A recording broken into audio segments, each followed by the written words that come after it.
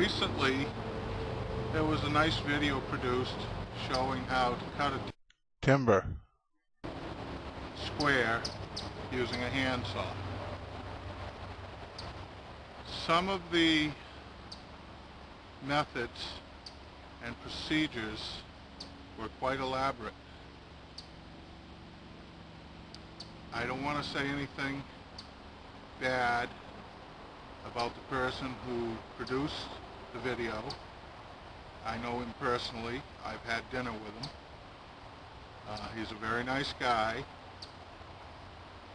but it's not something that I would ever do.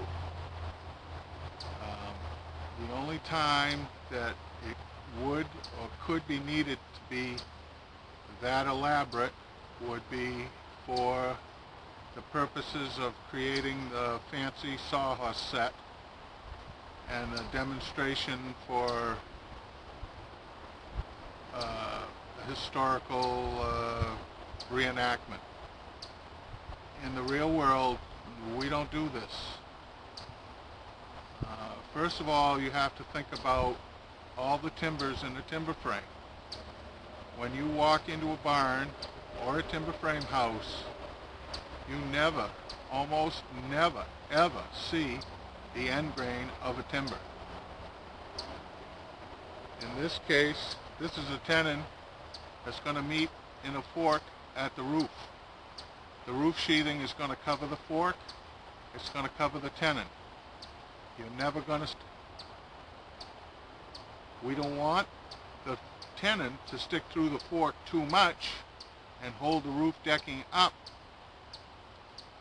We don't want a through tenon sticking through a post and holding the siding out when the post shrinks. Most all tenons, although laid out full dimension, for example here 6.5 inches, are trimmed back after they're cut 1/8 of an inch. So this end of timber cut is not critical. It will never be seen, and it's going to be trimmed off again 1/8 of an inch. I could take a chainsaw right now and just cut this off, and it would be good enough. I could use a skill saw, a big diameter skill saw, and cut it in one cut. I could use a 7 1/4 skill saw, cut 2 sides and drop it off. I could cut it with this handsaw all the way through. For historical reenactment, you wouldn't use a power saw. You may use a 2-man crosscut saw. But again, it's the end of a timber, and it's not that critical. I don't knife this line. I don't need it knifed. I don't need a shelf for the saw to sit in. I have seen people pair a shelf for the saw to sit in, but that was only done when they were going to cut an angle cut and they wanted the saw to grab the wood evenly. They drew a line, they knifed the line, they paired a line perpendicular to the angle of the saw, so the saw would fit right in that line and not slide out when they tried to start the cut. It was demonstrated at a guild function in Canada by a gentleman from France. And it was a very, very nice tip to understand how to get your handsaw to cut an angle cut accurately. In this case, we don't have to be that accurate. In the real world, it doesn't matter that much. In a whole timber frame, I was going to bring out my model and show you, but it take me quite a while to get it out of the corner where I'm storing it. There are only 4 timbers that the end of the cut is shown. It's the ends of the 2 long sills, each end on the building of the building, and the ends of the plates. So on each end of the building there are 4 end grains. So that's 8 ends altogether in the entire building, and All of those are going to be covered with siding and never be seen. So if it's out 1/8 of an inch, 1/16 of an inch, it's not going to matter that much. Maybe 1/8 might matter, but I think the siding would cover it without any problem. One of the basic rules I was taught with a handsaw is you only saw what you can see. What I mean by that is if I stand up here and go to saw this line with the saw in this position, I cannot see this line. If I can't see this line, I don't. I can see this line on this side of the timber, so I saw like this.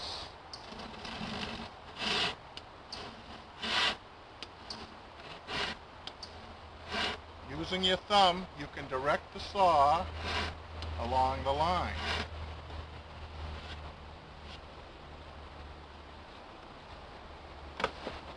Now that I have that side started, I'll start this side.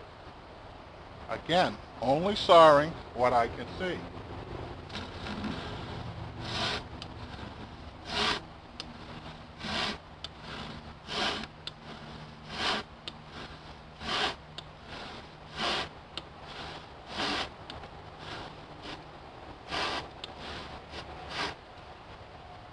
I will continue this down to the bottom. I most likely will not roll the timber over. The bottom is a relief that's going to be removed. If the saw goes down to the bottom and the saw breaks out a chunk of wood on the bottom, it doesn't matter. This is going to be resized to 6.5 inches. I'm going to cut the end off. I'll be right back.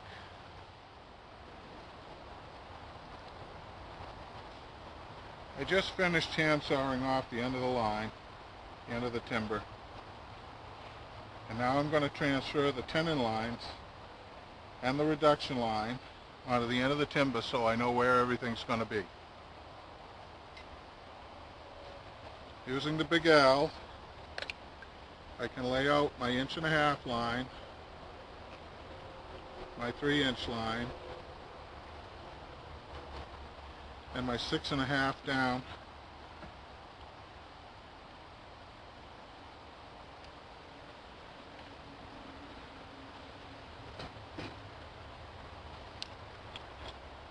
This is waste. This is waste. This is waste.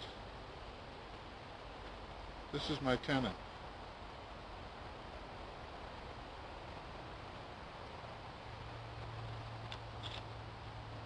The next use for the Big L would be to knife the lines. We knife the lines because a line can vary greatly due to how dull the pencil is. One teacher told me, cut the pencil line down the middle. Well, that's very difficult to do. At least it is for me. When you have a Big L and you knife the line, the knife line is absolute. There's no getting away that edge isn't exact.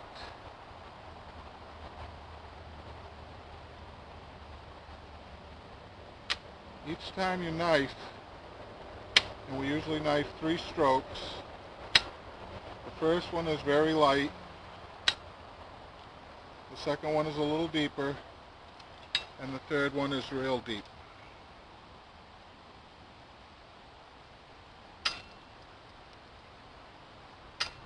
This knifing gives you an exact point